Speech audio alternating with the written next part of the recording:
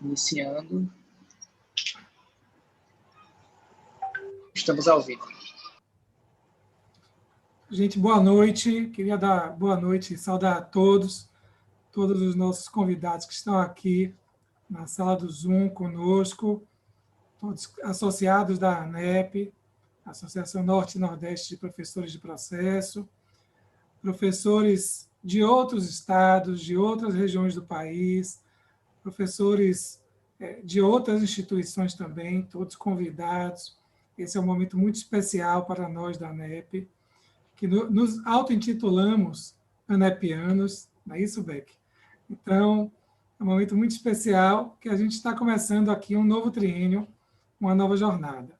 Queria agradecer a presença de todos que estão nos assistindo no YouTube, todos que estão aqui presentes conosco, e eu queria agradecer imensamente à professora Maria José Capello, de antemão, que já vai começar a sua palestra, por ter aceitado o nosso convite, professora.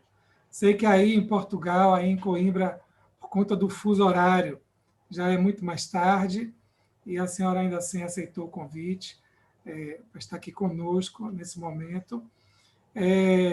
Queria agradecer a todos e queria já de imediato passar, sem mais delongas, passar a palavra para meu querido amigo Pedro Henrique Nogueira, que é professor lá da Federal de Alagoas e que eu tenho a honra de suceder, foi o presidente da ANEP no último triênio, o triênio passado, fez um enorme, um gigante trabalho, conseguiu dar assim, uma visualização para a ANEP, né? Com todo o trabalho que foi feito, diversos seminários, diversas coletâneas. Importante falar, Pedro, acho que você vai falar, né, da coletânea sobre Pontes de Miranda, que estamos aí lançando nesse momento. Queria, então, passar a palavra para você, e aí depois a gente dá continuidade. Por favor.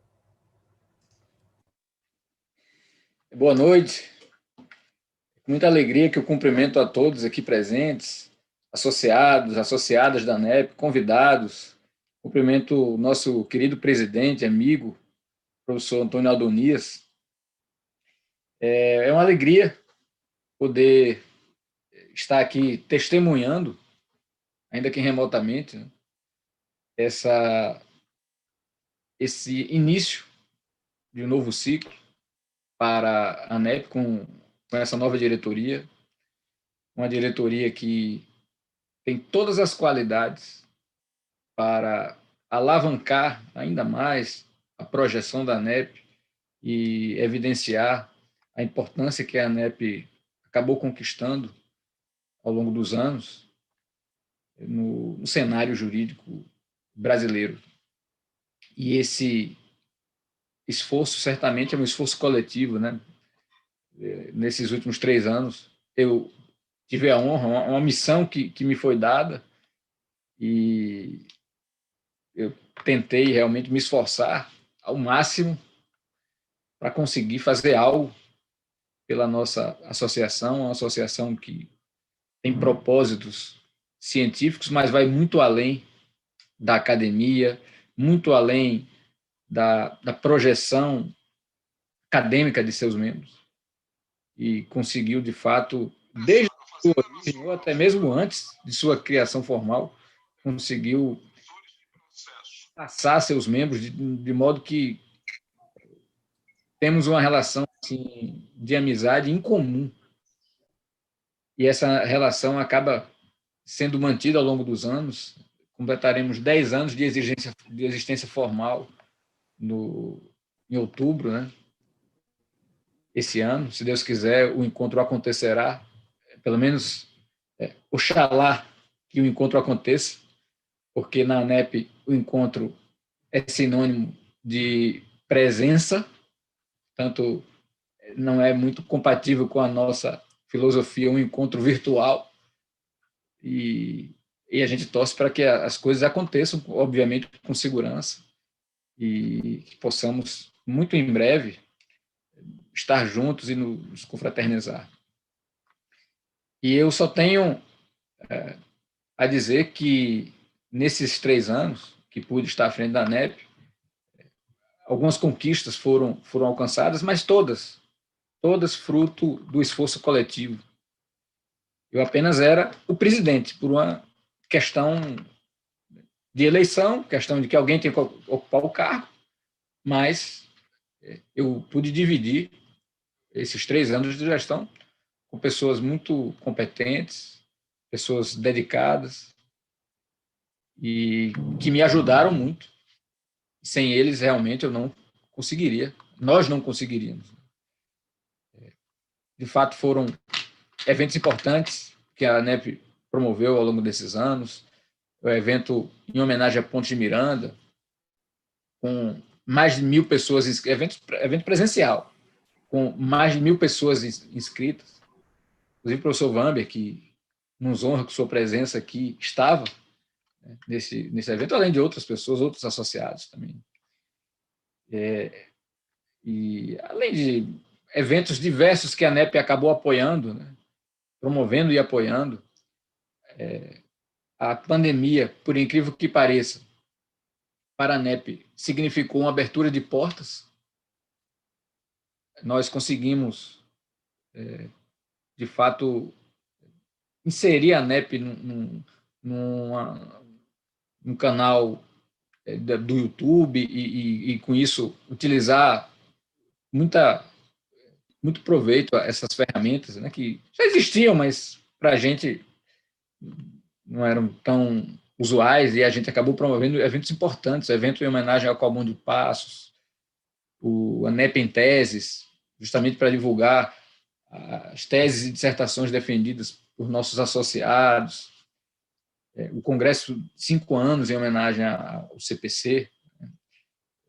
Então, de fato, num curto espaço de tempo, a gente acabou conseguindo produzir esses eventos, e eu fico feliz em ver que o Adonias e a diretoria eleita estão seguindo essa mesma pegada, né? Você vê que Adonias tomou posse formalmente no dia 1º de janeiro, e agora estamos aqui nos últimos dias do mês de fevereiro e já diante de um evento de grande porte, evento importante, cuja abertura será feita pela professora Maria José Capello, que, aliás, diga-se de passagem, uma pessoa querida e admirada por todos nós na ANEP.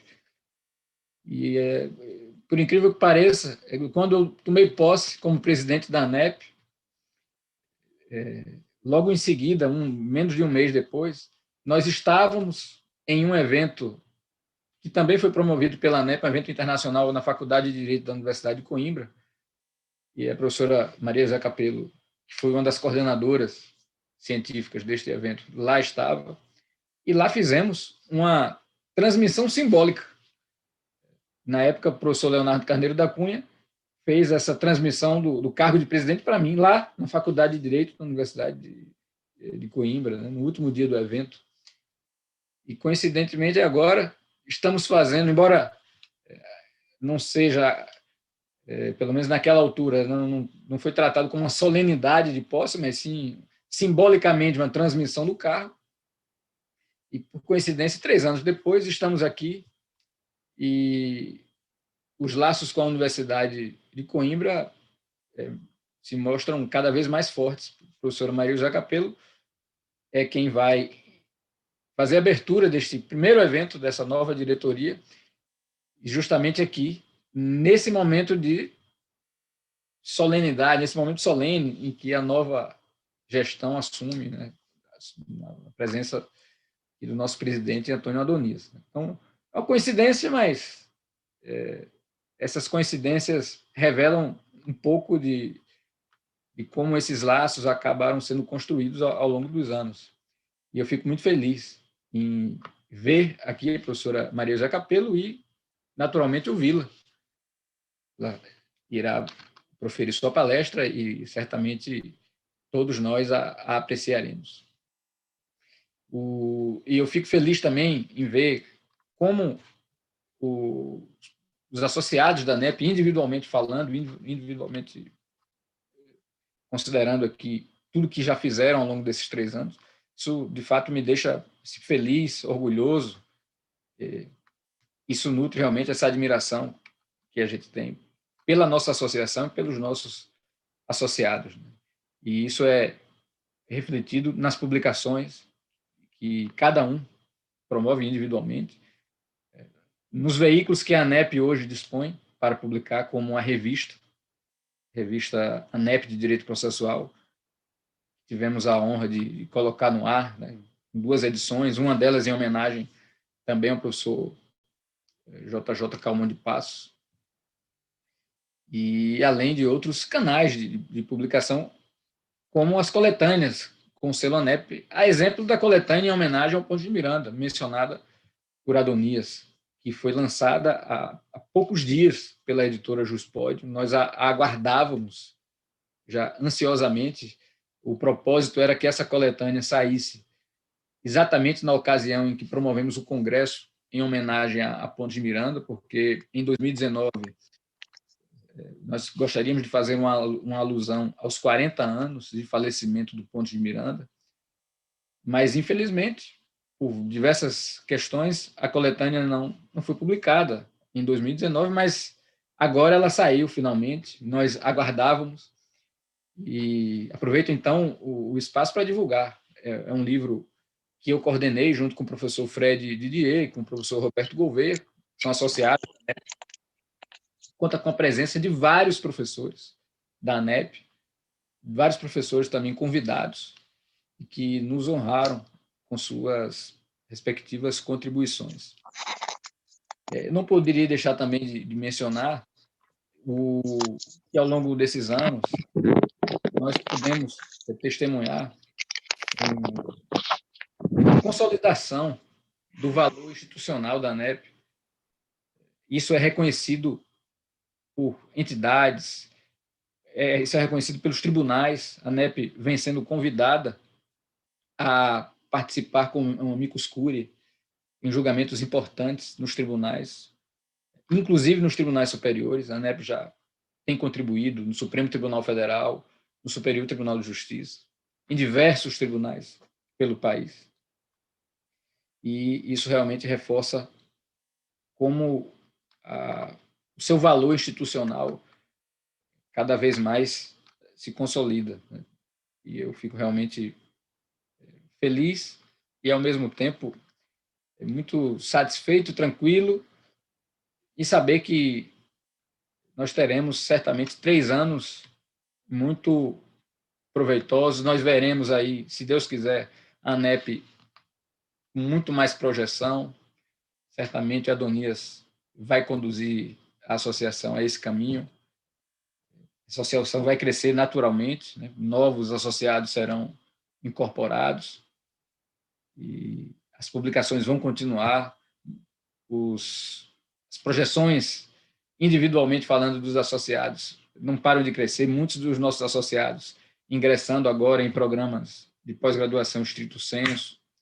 Então, é uma alegria poder agora testemunhar e olhar um pouco para frente, né, para o futuro, e enxergar um futuro muito promissor para a nossa associação e para os nossos associados. Então, eu só tenho a agradecer o apoio que eu recebi ao longo desses 3 anos, todos os associados, desde o momento em que eu coloquei meu nome à disposição, recebi um apoio incondicional, e o apoio da diretoria, eu faço questão de frisar isso. Alguns membros dessa diretoria estão aqui, e eu faço questão de ressaltar isso. Outros não estão, mas fica aqui o registro. Adonias está cercado por uma diretoria altamente qualificada e certamente vai conseguir excelentes resultados para a nossa associação. É isso que eu desejo e, sinceramente, é isso que eu espero. Portanto, eu agradeço sem me alongar, até porque nós estamos ansiosos por ouvir o professor Maria José Capello, mas agradecendo aqui a todos que estiveram presentes, que estão prestigiando essa solenidade de posse, que vão prestigiar o congresso que agora se inicia. e transfiro, então, devolvo a palavra, querido amigo, professor Adonias, para que ele possa conduzir aí os trabalhos, ressaltando mais uma vez esses votos, esses desejos de que ele tenha uma jornada muito venturosa, eu tenho certeza de que terá, e você pode contar comigo, Adonias, você sabe disso, nós já temos conversado muito nessa fase aí de transição, podemos assim dizer, e você sabe que conta comigo para o que você precisar. Né? Então é isso, devolvo a palavra, meu querido amigo, professor Adonias. Muito obrigado e, mais uma vez, boa noite, tenhamos um excelente congresso. Obrigado, Pedro. Antes, parabéns, obrigado pela fala. Sua fala, como sempre, muito precisa e muito... não é só precisa do ponto de vista do conteúdo, mas também muito emotiva, porque esse é um ano muito especial para nós todos, da ANEP, que nós completamos 10 anos, agora em 2011, e nosso nascimento, o nascimento da associação, como o Pedro bem colocou, a associação nasceu de um laço de amizade, né? Lá em 2007 ou 2006, nós todos, mais meninos do que somos hoje, né? Nos reunimos e resolvimos, então, que estava na hora da gente começar a ter encontros. A gente não tinha ainda a concepção da ANEP, de uma associação, mas ter encontros aqui na região norte e nordeste do país. E aí começamos a fazer encontros de professores, encontros informais, aqui em Salvador, em Recife, em Fortaleza, e eis que em 2011 surgiu lá em Belém, a gente, num desses encontros, fundou a ANEP. Então, ela nasce de um vínculo que é um vínculo de pessoas que se gostam e que têm algo em comum, que é o estudo do direito processual. Então, a partir daí, a gente começou a se organizar e formalizamos a associação. Então, antes de mais nada, a ANEP, minha gente, é um espaço de união de pessoas. É um espaço de união de quem quer estar junto, e por isso mesmo é que a distância nos é muito pesarosa. Nossos encontros, para quem já frequentou, quem já teve a oportunidade de estar em um evento da ANEP, sabe que é um momento de grande alegria, de grande congraçamento. As pessoas confraternizarem no sentido genuíno da palavra, de estarem com os irmãos, estarem ali fraternalmente, não só para discutir direito processual e debater direito processual, mas para poder compartilhar dessa amizade e desse bem-querer que marca a nós todos e a nossa associação. Esse é um ano, portanto, que nós completamos 10 anos. O caminho traçado anteriormente pelas diretorias anteriores, não só pelos presidentes Fred Didier, Leonardo Cunha e Pedro Henrique, mas por todos que integraram as diretorias e todos os que são associados. Esse é um caminho, como o Pedro bem colocou, é um caminho coletivo. É um caminho em que nós construímos juntos a associação. E, no último triênio, a diretoria fez do limão a limonada, ou seja, em plena pandemia, sem conseguirmos fazer os encontros presenciais e nos abraçarmos presencialmente, a diretoria, a associação ganhou essa visibilidade, a associação realizou encontros internacionais que pretendemos dar continuidade, publicações, nós temos aí, como o Pedro bem ressaltou, nós temos a revista da ANEP, então já fica o convite para todos que escrevam, que nos mandem aí os seus artigos para publicarmos. Então, o nosso vínculo não é só um vínculo acadêmico, é um vínculo pessoal, que nós construímos e estamos construindo e trazendo novas pessoas. Acho que isso é muito importante na nossa concepção de união, sabe? Porque o que nos marca é essa união. E, vejam, para que serve uma associação de estudos de processo? A rigor, para estudar processo, para fomentar o estudo, para desenvolver a ciência.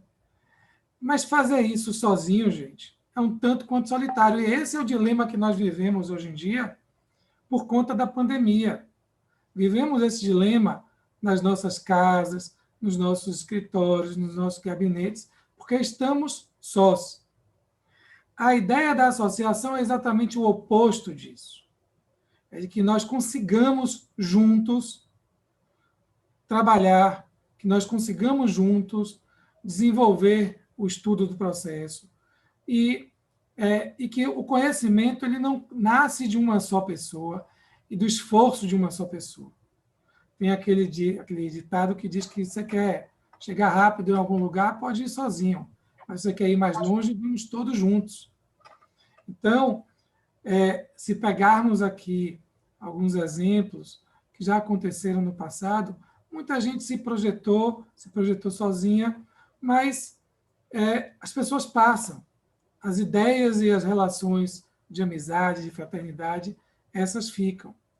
Então, a ideia a concepção da ANEP é essa concepção de trabalharmos todos juntos. Por isso mesmo que a diretoria eleita agora para o triênio 2021-2023 fez questão de iniciar esse primeiro evento com essa solenidade de posse, né, com esse momento simbólico para todos nós, porque aqui nós estamos nos encontrando, né?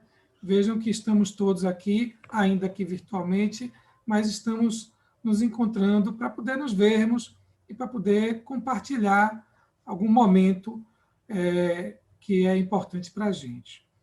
É importante também dizer, e acho que isso vem marcando muito o desenvolvimento do direito processual no Brasil, que nós temos aí diversas associações. A ANEP, que é a Associação Norte-Nordeste de Professores de Processo, é uma dessas associações. Mas nós temos outras tantas associações que são associações e institutos irmãos, que estão caminhando conosco. Então, a nossa união na ANEP é uma união interna, é uma união entre os associados, nós todos nos queremos muito bem e respeitamos a visão, a diversidade da concepção científica de cada um, mas nós nos unimos, não em torno de uma concepção única de processo, mas nos unimos na concepção de que precisamos estar juntos para desenvolver o direito processual e o estudo do direito como um todo. Exatamente por isso é que, aqui para esse momento simbólico, foram convidadas os outros institutos e associações. Eu queria agradecer pela presença do IBDP, Instituto Brasileiro de Direito Processual, da ABPC, a Associação Brasiliense de Processo Civil, o IDEPRO, nossos queridos amigos lá de Minas Gerais, o ICPC, que é o Instituto Carioca de Processo Civil, a ABDPRO, o CEAPRO, eu sempre falo as processualistas, mas na realidade é a processualistas. Essas professoras vêm desenvolvendo um trabalho incrível com a projeção das professoras, das mulheres no estudo do direito processual. Então, espero que eu não tenha esquecido, eu caí aqui numa besteira que foi nominar. Então, todas as outras associações, somos todos irmãos e a nossa união é uma união, não só uma união interna dentro da ANEP, mas uma união também entre com as outras entidades, para trabalharmos juntos. Temos já esforços realizados conjuntamente com essas outras entidades, que já aconteceram no ano passado, que vão voltar a acontecer agora nesse ano, Então, o que nos move é essa união em torno do estudo do direito processual e em torno do querer bem, em torno da amizade. Eu queria saudar todos os associados, saudar todos os que integraram as diretorias anteriores, que nos passam o bastão. A gente fala assim, não, o presidente, a gente atribui uma carga grande ao presidente, a função do presidente. Mas acho que em alguns países de língua portuguesa, salvo engano, Moçambique, Angola, que, na realidade, na Ordem dos Advogados, por exemplo, a gente tem o bastonário, que me parece uma ideia muito mais de passar o bastão, de carregar o bastão. E isso dá uma ideia de continuidade do que exatamente uma ideia de estar à frente. Porque a ideia, aí a nossa concepção é que a associação é constituída por todos os associados que caminham juntos, e esse, como o Pedro bem colocou, esse é só um momento, esse é só um triênio em que nós, dessa diretoria, estaremos aqui, mas passaremos esse bastão assim como estamos recebendo, e queremos ver a associação crescer, queremos que os vínculos entre a associação e as outras instituições, esses vínculos se fortaleçam, porque a ideia é que todos consigamos amadurecer e crescer juntos. Eu queria também agradecer nominalmente a toda a diretoria que vai agora aqui no triênio 2021-2023, que está aí à frente da ANEP. Minha querida vice-presidente Gisele Santos Fernandes Góes, Frederico Augusto Leopoldino Kehler, como secretário-geral. Na diretoria de publicações, nós temos Gabriela Espósito Tenório Miranda de Moraes. Na diretoria de ensino, minha amiga e conterrânea Paula Sarno Braga. Na diretoria de pesquisa, Rosalina Freitas Martins de Souza. Rosa é responsável, gente. Todos nós dividimos o trabalho para esse evento e para todas as outras atividades que a ANEP já vem executando, mas Rosa tomou a frente. Rosa, obrigado por todo o esforço, por ter possibilitado esse encontro nesse momento, esse congresso. E nossa querida diretora de Relações Institucionais, Clarissa Vencato da Silva. Quero estar ombreado, irmanado com vocês nesse triênio, para que possamos, juntos, representar à altura a ANEP, junto aos associados, junto aos tribunais. Pedro bem colocou aí. Ontem nós apresentamos memoriais no recurso especial repetitivo, como amicus curiae lá no STJ, em um determinado especial repetitivo, e estamos aqui trabalhando com afinco, junto com todos os associados, sobre essa intervenção como amicus curiae. Os memoriais foram elaborados por diversos associados. Então, esse é o resultado de um trabalho coletivo. Então, eu queria assim, dizer que é uma satisfação estar irmanado, ombreado, com essa diretoria, com todos os associados e com todas as outras instituições, com todos os outros amigos, com os tribunais, as associações, os institutos, as seccionais da Ordem dos Advogados também. E queria também, para finalizar minha fala, agradecer a Verônica Bispo, Tiago Ribeiro, Wagner Tavares, Fernanda Góes e Catarina Peçanha. Essa equipe é uma equipe nota 10, que está nos auxiliando em tudo aqui no Zoom, no YouTube. Acho importante mencionar a participação de vocês. Sem vocês e sem o esforço de vocês, a gente não conseguiria realizar tanto. Bom, minha gente, eu queria saudar a todos e queria passar a palavra para a professora Maria José Capello, dizendo, professora, que não existem coincidências. Eu acho que o mundo é feito de sincronismos, a vida é feita de sincronismos. Sincronismo no sentido lá da psicologia, ou seja, a gente não sabe mas a gente não sabe ao certo por que isso acontece, mas as coisas vão acontecendo com um sentido e vão acontecendo de uma maneira articulada e sincronizada, de modo que, por uma felicidade do destino e desse sincronismo, eu não sabia que Léo tinha passado o bastão para Pedro lá em Coimbra, num evento em Coimbra, que a senhora estava presente. E aí, coincidentemente, está aqui a senhora conosco na ANEP, abrilhantando e abrindo o nosso primeiro congresso nesse triênio 2021-2023. Então, eu queria agradecer e dizer que isso não é, esse sincronismo, essa coincidência, entre aspas, não é qualquer coisa. Precisamos levar a sério isso que está acontecendo e trazê-la mais para próximo, quando a pandemia passar, para que volte outras vezes ao Brasil, né, e que nós todos consigamos ir também a Portugal.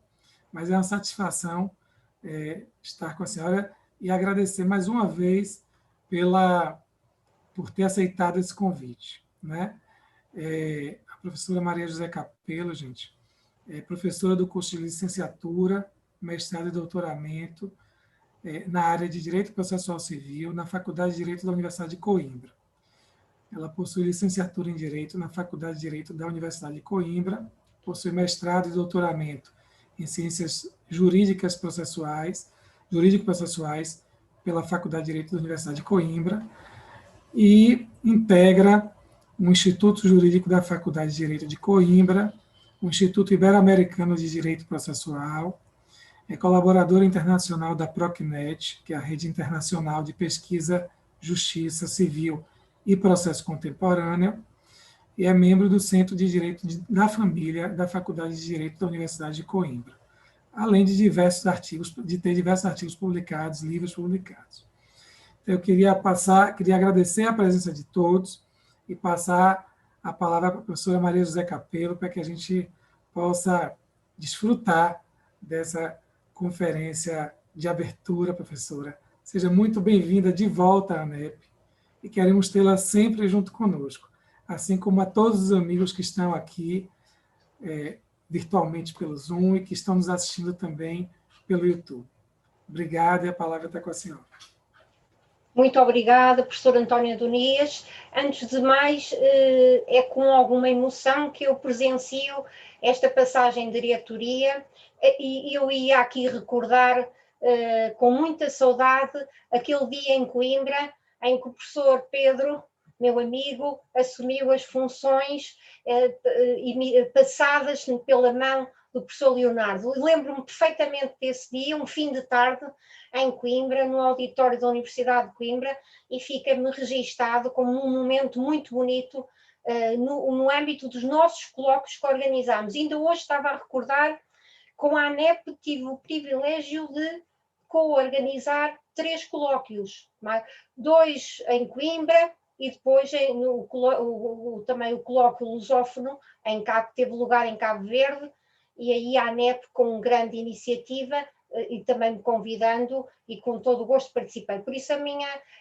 admiração pelos juristas que integram a ANEP é imensa, é uma honra e sobretudo tenho aprendido muito nestes contactos, sobretudo muitos deles presenciais, felizmente, agora mais virtualmente, e por isso estar aqui hoje, seja em condição de seja para nesta posição de abertura, com uma humilde participação que terei, eu com todo o gosto que o faço, e por isso mesmo, à antiga diretoria que cessante, dou os meus parabéns por tudo que fizeram, e eu sei que fizeram muito, e à nova diretoria, na pessoa do Sr. Professor António Adonias, desejo-lhe as maiores felicidades e conte com o meu colaboração, e se puder recebê-lo em Coimbra e à ANEP, terei todo o gosto novamente de fazê-lo, e com um sucesso e com a riqueza dos palestrantes que trouxeram e que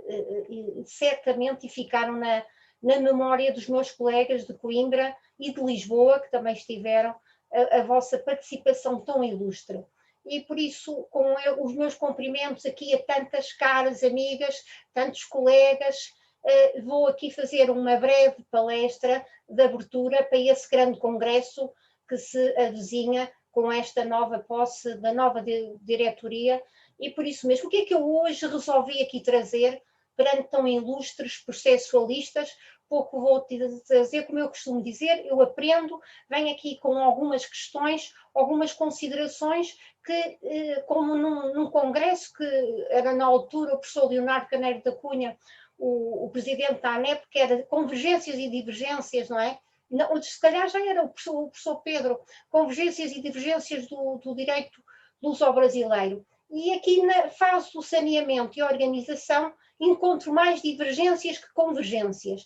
E por isso é que achei que era um bom tema para nos refletirmos aqui em conjunto. E o que é que me fez escolher esta fase? O código, este aspecto. O Código de Processo Civil é riquíssimo, e tanto é assim que nas minhas aulas de mestrado e doutoramento é estudado, todas aquelas figuras riquíssimas, mesmo agora, como hoje ouvimos falar da ANEP Cerâmicos Cúria, é uma das figuras que é estudada a produção antecipada de prova, a tutela da evidência, isto relativo ao processo de conhecimento, evidentemente, os requisitos essenciais da sentença, a questão dos precedentes, todos esses temas são trazidos para as aulas de mestrado e de doutoramento. E, sobretudo, permitem um grande debate. Os meus alunos são essencialmente desses do doutoramento do Brasil, por isso permitem uma grande partilha de ideias entre vários sistemas, sobretudo os sistemas europeus e o sistema brasileiro. Mas o que é que eu resolvi aqui hoje trazer e partilhar convosco? A questão da fase do saneamento e organização. Isto porquê? Porque acho que essa fase, não obstante as grandes diferenças que temos entre a realidade judicial brasileira e a portuguesa, no Brasil a pendência é elevadíssima, em Portugal a pendência não é elevadíssima porque as custas de acesso à justiça são muito elevadas e o apoio judiciário é muito restrito. Não obstante essas diferenças, em Portugal esta fase subsequente à fase postulatória é das fases mais ricas e mais profícuas do processo civil português.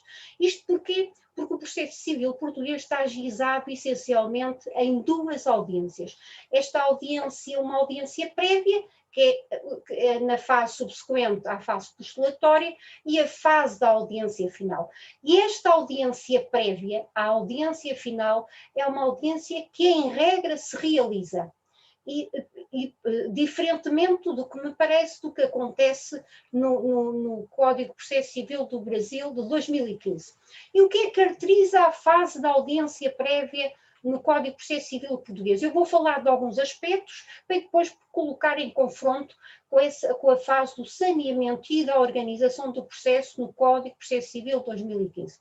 Em Portugal, considerou-se que o juiz tinha que tomar conta do processo nesta fase e fazer uma gestão grande do processo naquele momento, e se o processo não terminasse nessa fase, prepará-lo e organizá-lo para a fase subsequente da audiência final. Por isso, nessa fase da audiência prévia, convergem os princípios essenciais do processo civil, princípios que também caracterizam o processo civil do Brasil, nomeadamente o princípio da primazia do mérito sobre a forma, o princípio da economia processual e um princípio do contraditório, entre muitos outros. E, sobretudo, e aí já com alguma divergência do sistema brasileiro, prezou-se muito a oralidade. Na fase da audiência prévia, prezou-se muito um sistema de oralidade, de debate oral, o que no 357 do Código de Processo Civil do Brasil não é a regra e pode suceder, mas não é, é uma das possibilidades de saneamento e organização do processo. Em Portugal, o que é que se fez? Depois de terminar a fase dos articulados, o juiz faz uma análise do processo para ver se existem vícios processuais que possam ser sanados, se há articulados irregulares ou não, algo semelhante às providências preliminares que constam do Código de Processo Civil do Brasil. Depois dessa regularização da instância, o que é que o juiz faz? Convoca uma audiência prévia e nessa audiência prévia, antes de a convocar, vai averiguar se é possível ou não ocorrerem circunstâncias de um julgamento antecipado. E se ocorrerem circunstâncias e estiverem reunidos os requisitos para que o juiz julgue antecipadamente, o juiz convoca a audiência prévia. E aqui está uma grande diferença. É que o julgamento antecipado não é proferido, não é pronunciado sem um debate oral do juiz com as partes. Porquê? Porque se entendeu que mais que, além de ser necessário observar o contraditório, é importante que o juiz convença as partes do bem fundado da sua decisão antecipada. E isto é uma lógica que perpassa todo o Código de Processo Civil português no processo de conhecimento.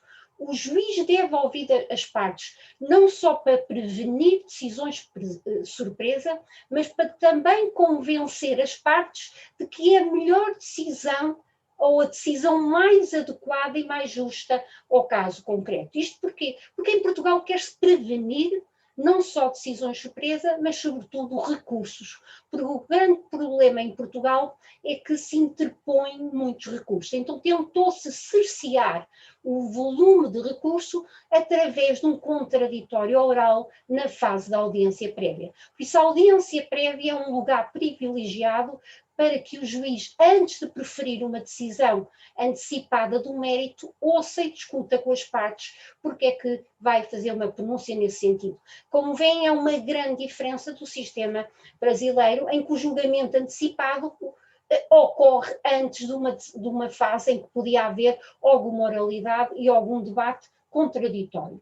Um dos pontos também muito importante da audiência prévia, e aqui é que é a ideia de que o despacho que fixa as questões controvertidas e delimita o objeto do litígio, em Portugal, é, em regra, feita após um debate oral contraditório com as partes. Significa que as partes colaboram com o juiz na elaboração e identificação das questões controvertidas. O juiz propõe, as partes sugerem e normalmente é um despacho que resulta de uma convergência de interesse. É verdade que poderá ser difícil, muitas vezes o juiz acaba por impor a sua seleção de questões controvertidas e as partes, tal como podem fazer no sistema brasileiro, podem reclamar. Também há casos desses. Por isso, aqui o despacho que fixa os temas de prova normalmente é preferido na audiência oral e contraditória. Um outro ponto também muito importante nesta audiência prévia em Portugal é que, se o processo não terminar nesta fase, o juiz, além de fixar as questões controvertidas, também vai programar a audiência final. Por isso, aqui na audiência, conjuntamente com os advogados das partes, o juiz fixa o calendário processual da audiência final. Significa que é um momento também muito importante de compromisso dos próprios advogados na programação da audiência final. Significa que se fixa quantas sessões de tribunal vão existir, quantas testemunhas são ouvidas na primeira sessão, quantas são ouvidas na segunda, e há uma programação da audiência que é feita perante o compromisso dos advogados mediante consulta das suas agendas. Como veem, além de outras decisões de agilização e adequação procedimental. Por isso é uma fase, como eu disse, muito dialogada, sobretudo de prevenir decisões de surpresa e de organização com base no juízo de prognose do que vai ser expectável na audiência final de julgamento. Por isso, além disso, como veem, o que eu queria chamar a atenção, além de se ter apostado nesta audiência prévia, o legislador fez algo mais. Isso, a regra é convocar a audiência prévia. Se o juiz entender que a matéria é simples em demasia, pode dispensá-la, mas sempre de forma fundamentada. Mas uma curiosidade, o que é que fez o legislador português? O legislador português quis tanto apostar na audiência, na figura da audiência prévia oral, que disse o seguinte: se o juiz dispensar a audiência prévia e as partes não se convencerem da justeza dessa decisão, podem provocar potestativamente a realização dessa audiência. Ou seja, ainda se deixa às partes a possibilidade de provocar audiência prévia. Por isso, isto é só para explicar que o modelo em Portugal é um modelo que aposta muito nestas duas audiências, a audiência prévia e a audiência final. E agora, o que é que temos no sistema brasileiro? Eu aí é que era interessante analisarmos o sistema brasileiro. Temos, no 357, temos um momento crucial que é do saneamento e organização do processo.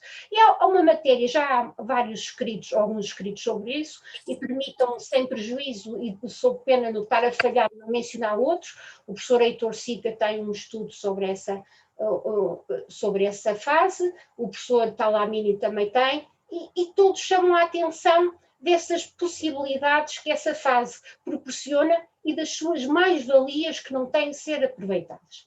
E agora, o que é que me parece? Parece que o legislador, no Código de 2015, balançou entre um modelo de 2 audiências ou um modelo de 3 audiências, que seria a audiência de mediação e conciliação, a audiência, ou seja, faz o saneamento e organização como uma audiência oral, sempre em colaboração de todos os sujeitos processuais, e depois a audiência final. Mas, claro, o que é que isso vai provocar? Se o saneamento e organização fosse feito sempre em audiência do juiz com as partes, dificilmente o processo tornar-se-ia talvez muito moroso, porque teríamos uma fase, audiência prévia e conciliação, que só não se realiza em circunstâncias ambas as partes não quiserem, e depois teríamos uma fase de saneamento outra vez de uma outra audiência, e depois teríamos a audiência final. Ou seja, seria um sistema eventualmente muito complexo, de várias audiências e de vários encontros entre o juiz e as partes. Agora, eu acho que aí é que temos que ponderar se não é preciso mesmo apostar nessa fase do saneamento e organização do processo de uma forma consensual e entre o juiz e as partes. Isto porquê? Porque essa fase do saneamento eu acho que tem imensas virtudes. Podemos dizer, vamos perder tempo, o juiz no Brasil com tanta pendência não vai ter tempo a preparar o processo para a audiência final, porque está atolhado, se me permitem a expressão, em processos, mas eu acho que se pode ganhar em eficiência da audiência final, em uma melhor, se organizar previamente, de acordo com os juízes de oportunidade e de conveniência, o que vem a seguir. Eu acho que é importante apostar nesta fase. E eu pergunto, quando o juiz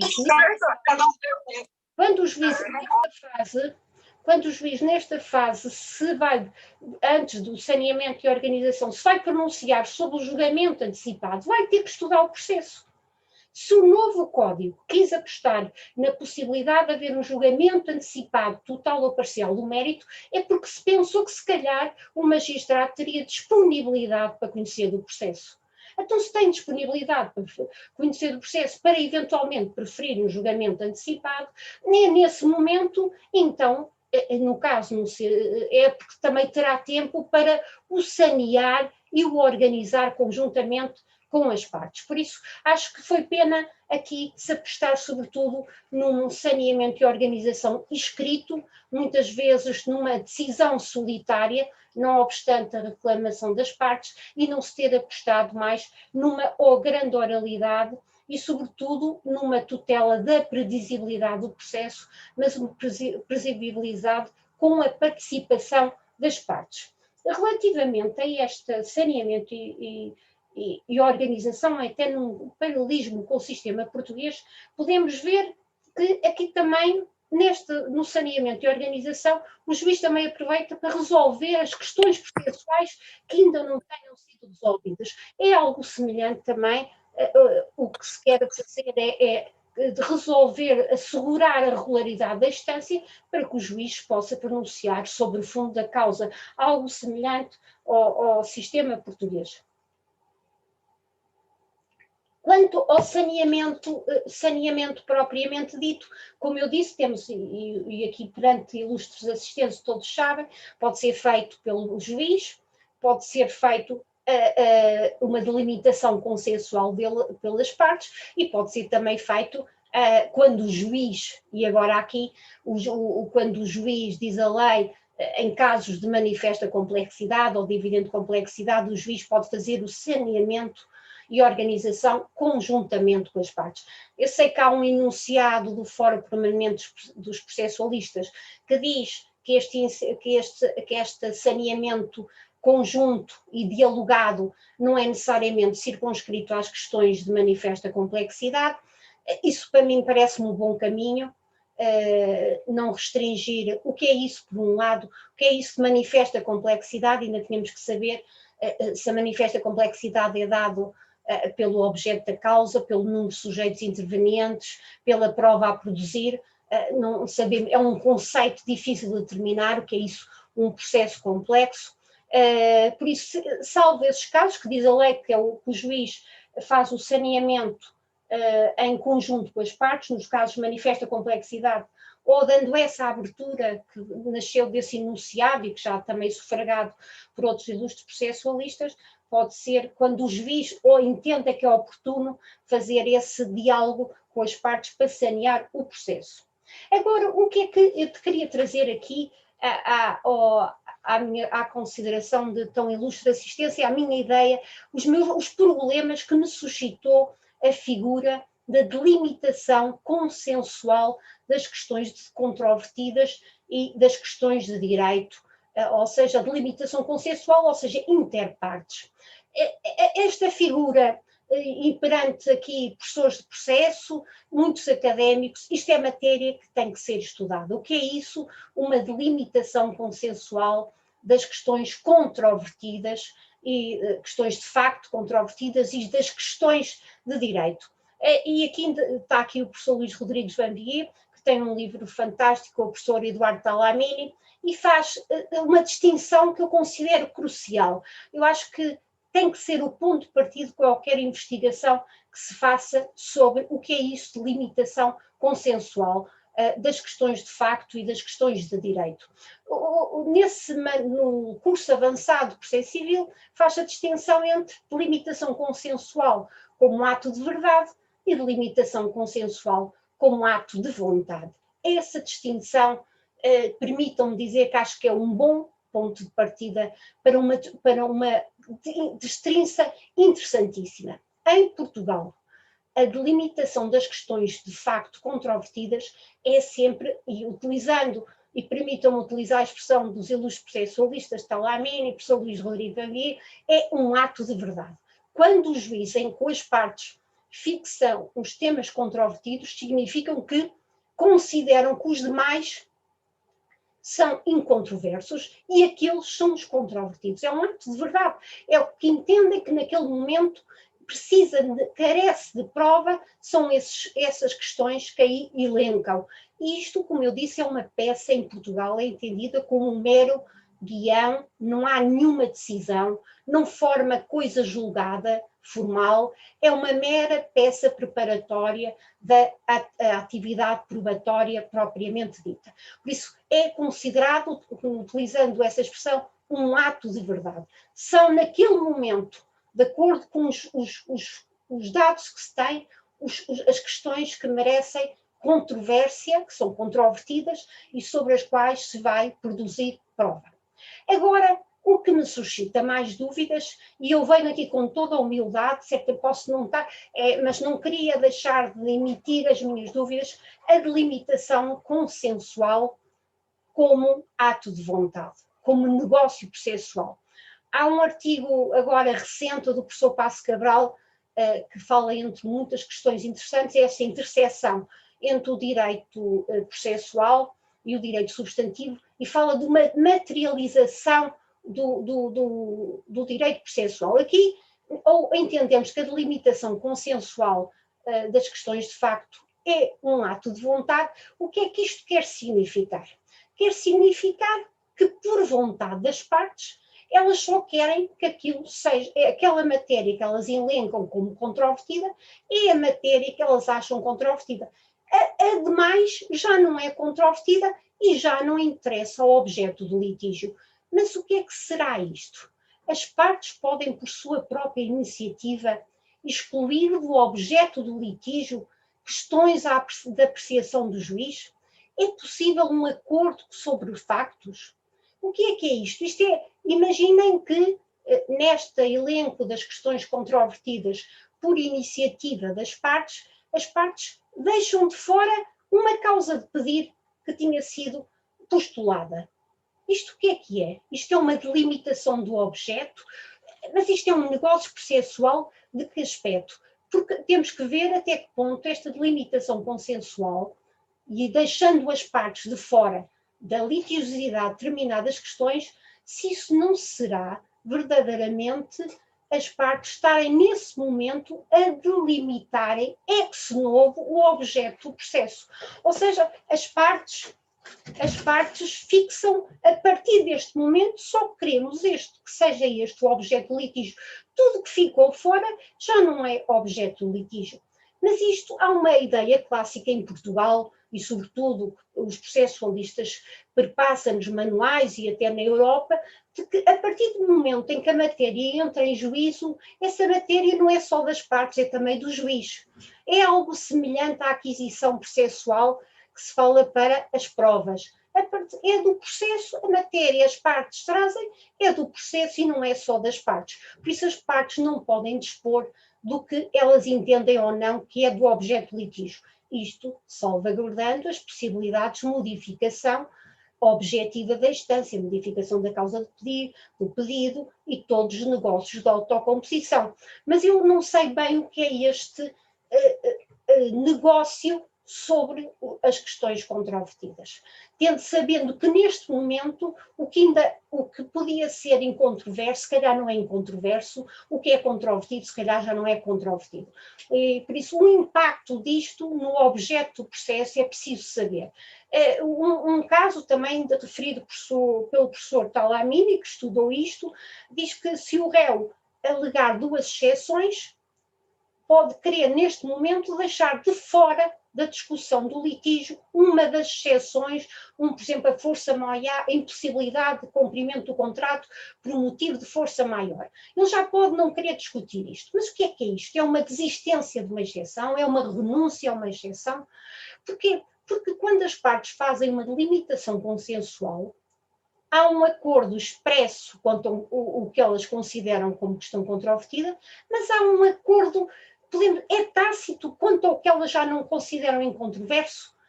Porquê? Isto é preciso pensar bem sobre esta figura, por isso isto suscita muitas dúvidas, porque os negócios de autocomposição são negócios, podemos dizer, com vontade expressa, são homologados, têm força de coisa julgada material, e estes acordos, os factos não são controvertidos, deixam de fazer parte do processo e não sabemos que força e estabilidade se cria sobre eles. Por isso isto é preciso. Acho que é uma figura que merece ser pensada. O que é que deixamos este espaço de liberdade tão caro ao Código de Processo Civil do Brasil? É preciso sabermos o que é que lhe vamos deixar às partes, que elas dominem o que não podem dominar. Por isso, aqui é preciso pensar bem sobre esta figura. Quanto às questões de direito, podem as partes vincular o juiz ou direito que entendem aplicável? Isto também é algo que colide com um princípio em que a doutrina portuguesa é muito cara, que é o princípio iura novita curia. Em Portugal e também na Europa, preza-se, tirando a França, que tem um regime especial, preza-se muito que o juiz é livre na aplicação, interpretação e indagação das regras de direito. A qualificação dos factos, a aplicação do direito é uma prerrogativa do juiz que as partes não podem vedar. Isto é o princípio absoluto em Portugal. No Brasil, esta norma da delimitação consensual do direito aplicável, que é deixada no 357 à possibilidade, à prerrogativa das partes, põe-me a pensar o que é que as partes podem fazer com o direito. Podem vincular o juiz a que direito? Podem vincular o juiz a um direito num litígio internacional com conexões estrangeiras, um direito estrangeiro, que até não tem uma conexão muito relevante com o litígio. Podem um contrato, que é o contrato de trabalho, as partes podem dizer: nós queremos que sejam aplicáveis as regras do contrato de prestação de serviços. Certamente não, porque estão a renunciar a normas imperativas que caracterizam a relação laboral. Por isso, isto é só para dizer que eu acho que estas matérias todas, sobretudo esta figura de limitação consensual, merece ser ponderada à luz dos princípios gerais do direito. O princípio iura novita curia, o princípio de limitação do objeto do litígio. O que é que será isto? Será que a partir desta delimitação consensual estão a interferir no objeto de litígio? De que forma? Por isso aqui ficam, quanto a este ponto, que é onde me suscita mais dúvidas, ficam aqui algumas minhas questões. Chamo a atenção, em França há uma norma que está prevista no artigo 12.1.2 do Código de Processo Civil francês, que se permite que as partes vinculem por acordo expresso o juiz à aplicação de determinado direito, de regime de direito ou regime jurídico. Mas isso é uma norma que existe no Código de Processo Civil, mas tem-se entendido que isso só vigora no âmbito dos litígios com conexões a várias ordens jurídicas. As partes podem escolher qual é o direito estrangeiro que elas querem que aplique e que é mais adequado. No contexto de litígios nacionais, essa liberdade do juiz, ou essa liberdade das partes, desculpem, está cerceada e as partes não podem vincular o juiz a determinadas regras do direito. Por isso também é uma figura que merece ser estudada. Qual o âmbito de aplicação de iura novita curia? Será que este espaço de liberdade interferiu ou não com esse espaço, por sua vez, prerrogativa do juiz aplicar o direito ao caso concreto? Um outro aspecto, também não queria ser muito maçador, um outro aspecto que também queria deixar, que é também uma questão muito interessante, a questão de que nesta fase do saneamento e organização, o 357 também prevê que o juiz informe as partes, dê conhecimento às partes quais vão ser as regras de distribuição do ónus da prova. Isso é uma figura interessantíssima, essa carga dinâmica do ónus da prova, uma figura que não existe no Código de Processo Civil português, por isso mais uma figura que gera um confronto a nível até de investigação muito bom, mas o que acho muito interessante é que em Portugal as regras do ónus da prova são sobretudo regras de julgamento. O juiz invoca-as sobretudo na fase da sentença. No sistema brasileiro, a sua riqueza permite ver quase nas regras do ónus da prova uma cabeça de jano. Por um lado são regras de conduta, mas também podem ser regras de julgamento. Tem essa dupla faceta. Relativamente a estas regras de distribuição que o juiz deve informar as partes, eu tenho dúvidas que se neste caso, na fase do saneamento e organização, o juiz só se deve restringir àqueles casos em que há um desvio das regras legais de distribuição do ónus da prova. Parece-me que a intervenção do juiz aqui é para dizer, neste caso não se aplica às regras legais e gerais e abstratas, mas vai-se, tendo em conta as especificidades do caso e a verificação dos demais requisitos, inverter o ónus da prova. Por isso acho que será um momento oportuno. Mas também aqui, e no 357 não se diz nada, não sei se os caros ouvintes e ilustres aqui processualistas concordam comigo, eu também acho que este 357 é um momento crucial. Podia ser um momento crucial para o juiz fazer uma consideração de todas as convenções probatórias feitas pelas partes. É neste momento que o juiz deve tomar em consideração se há ou não negócios processuais sob provas feitas pelas partes. Isto porquê? Porque o juiz, nesta distribuição das provas, na fixação dos meios de prova admissíveis, vai ter que tomar em conta os negócios probatórios feitos pelas partes. Por isso eu acho que o 357 devia ter acrescentar aí uma norma a dizer não só fixar as regras de distribuição do ónus da prova, mas também apreciar todos os negócios probatórios realizados pelas partes. Isto porquê? Porque os negócios probatórios podem interferir ou condicionar a iniciativa oficiosa do juiz em matéria de prova. E era um momento crucial para o juiz saber o que é que eu posso contribuir, e isto apelando à ideia de um processo cooperativo, o que é que eu posso contribuir em matéria de prova para o processo. E o juiz só pode fazer isto, e o momento crucial é o momento de saneamento e organização. Não é deixar avançar o processo muito mais, mas é agora o momento oportuno.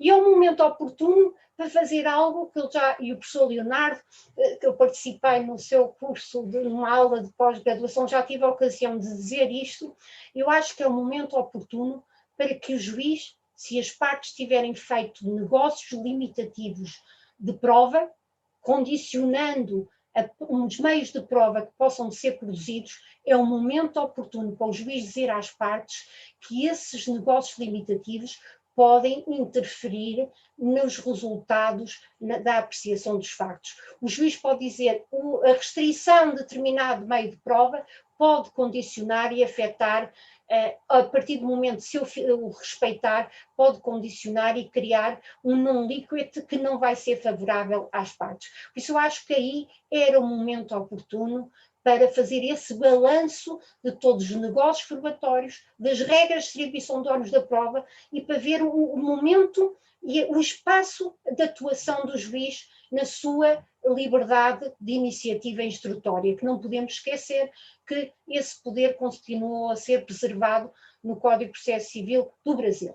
Isto para dizer em síntese que eu quero-me parecer que esta fase do saneamento e organização, com o seu caráter de organização, de juízo de prognose, de calendarização dos próximos passos, e aqui a figura do calendário processual que está no 191 devia ser constantemente aplicada. O calendário processual devia ser usado para programar a audiência final, tomando em consideração os meios de prova que são necessários, que resultam desta fase. A sua necessidade resulta da fixação das matérias controvertidas. Por isso, acho que considero que esta fase está desaproveitada. Eu compreendo, e com este meu contacto privilegiado com os ilustres processualistas do Brasil, percebam que é quase difícil, o número de processos, a avalanche é muito grande, mas eu acho que aqui uma fase bem preparada é uma fase ganha em tempo, em celeridade na audiência final. E isto porquê? Porque este diálogo, e por isso eu acho que devia-se privilegiar o saneamento com o juiz, um saneamento conjunto muitas vezes vai legitimar melhor a condução do processo por parte do juiz nas fases subsequentes e a própria sentença. E as partes vão ficar mais comprometidas com o resultado do processo, ou seja, nesta ideia de um modelo cooperativo essencial. Porque não nos podemos esquecer que o processo é cooperativo não só na fase seja postulatória, é cooperativa em todas as fases. E aqui eu acho que era a fase rainha para que o princípio da cooperação pudesse brilhar. Isto, pronto, um aspecto que eu também queria salientar é que eu acho que não consigo entender, acho que todo o processo civil, seja o do Brasil, seja o de Portugal, não pode ser visto sem a ideia de uma ética e a ideia do princípio da boa-fé. Por isso, todas estas atividades devem ser ancoradas no princípio da boa-fé. Um jurista italiano, como Oglio, falava da moralização do processo. é preciso moralizar o processo, é preciso apostar na ética do processo. E por isso é que eu acho que todos este espaço de liberdade das partes, este espaço de diálogo, não pode ser dissociado dessa figura tão importante, desse princípio, do princípio da boa-fé processual. E por isso eu também acho que é preciso repensarmos todos em conjunto, e eu acho que, permito-me aqui o desafio, acho que a ANEP temos que voltar todos, e eu gostaria também de colaborar, temos que pensar sobre a responsabilidade das partes no processo civil, sobre a responsabilidade por dano processual. A figura da litigância de má-fé, eu preferia dizer litigado de boa-fé, que sou mais otimista, eu sou uma otimista, mas eu acho que temos que repensar salvo erro, é o 71 e o 72, eu acho que do Código de Processo Civil do Brasil precisam de ser repensados, a pensar o que é que nós esperamos das partes que atuam, que devem atuar de boa fé. Quando é que elas então atuam de má fé? Quando é que não cooperam com a justiça? Porque em Portugal o que eu noto constantemente é que os juízes penalizam as partes por uma conduta contrária à boa fé. Eu acho que temos que voltar a responsabilizar as partes por essa atuação, porque o sucesso, seja da fase postulatória, seja da fase do saneamento e organização, seja da conformação ou da reação, às vezes exagerada, das partes relativamente à sentença final, depende um bocado da ética que esteja subjacente ao processo civil. E eu por agora termino, espero que tenha sido clara, que tenha deixado aqui algumas ideias de debate para que eu possa aprender mais com estes membros tão ilustres da ANEP, por quem eu tenho um carinho especial. Muito obrigada, professora Antónia Adonias, desejo-lhe as maiores felicidades e conto comigo no que puder ser útil. Muito obrigada, muito obrigada. Nós quem agradecemos, professora, pela sua presença, pela sua fala, pela sua energia sempre positiva, e queremos tê-la sempre conosco aqui nos nossos eventos na ANEP. Estamos quase considerando a senhora já uma anepiana também, viu? Junto conosco. Bom, minha gente, eu queria saudar a todos, queria dizer que essa nossa vida associativa é muito rica em produção, muito rica em amizade. Graças a esse movimento associativo, a gente vê diversas pessoas surgindo, diversos processualistas surgindo, amadurecendo e crescendo no Brasil, diversas ideias, porque se estivéssemos cada um de nós trabalhando isoladamente, seria muito mais difícil. Queria já deixar, professor, um convite, quando a pandemia passar e for possível, queríamos recebê-la aqui no Brasil, né, em um dos nossos encontros. E aí a senhora vai ver que os encontros são produtivos e descontraídos, né? E queria saudar a todos, minha gente, agradecer a todos que atenderam o convite, aos associados que estão aqui, aos amigos de outras instituições. Queria todos que estão nos assistindo também no YouTube, e dizer que estamos levando o bastão em frente. Já temos aí um evento pensado, né, Clarissa, para março. Já temos um evento, um dos nossos associados. O que eu acho bacana é que a gente, na realidade, é o depositário da confiança dos associados. Os nossos associados falam assim, vamos fazer um evento aqui em abril, pronto. E a gente já começou a pensar no evento em abril, então já temos um evento em março, já teremos um evento em abril, teremos aí outras publicações, instalamos a ouvidoria, nosso amigo Beclout é o nosso ouvidor, então todos que quiserem se manifestar, se não, podem se manifestar diretamente para a diretoria na BEC, mas também podem veicular aí a comunicação, os elogios, as críticas, as ideias todas também por meio de Beclout. Estamos aí já constituindo algumas comissões temáticas e queria desejar a todos aí uma boa noite, aos nossos amigos das outras instituições, estamos aí irmanados, de braços dados. Contem conosco no estudo do processo, nos projetos, nos eventos, nas publicações. Vamos todos juntos, tá bom? Agradeço a presença de todos, desejando uma boa noite. Professora, mais uma vez, muito obrigado. Gente, fiquem bem, fiquem com saúde e vamos superar essa fase. Obrigado pela presença de todos. Muito obrigada pela presença de todos. Tenham uma ótima noite e até amanhã. Ah, isso, Clarissa lembrou bem, eu já ia... Amanhã, Rosalina, por favor, diga aí. Amanhã nós temos, 9 horas da manhã, nós temos a continuidade do evento. Eu e minha... Perfeitamente. Eu preciso anotar as coisas, porque eu vou falar... Temos vários painéis aí amanhã, então quem está nos assistindo aí pelo YouTube, acompanha que vai ter ainda muita coisa bacana aí, vários painéis no turno da manhã, no turno da tarde, e o encerramento será com o professor Fred Didier Júnior, também no fim da tarde para o início da noite. Então, quero uma vez mais agradecer, professora Capello, receba o nosso abraço, e todos que eu estou vendo aqui na tela, queria nominar um a um, mas estou bem feliz de vê-los aqui conosco. Muito obrigada mesmo. Isso aí, amanhã, 9 horas da manhã, a gente continua, tá bom? Boa noite. Boa noite a todos. Boa noite a todos.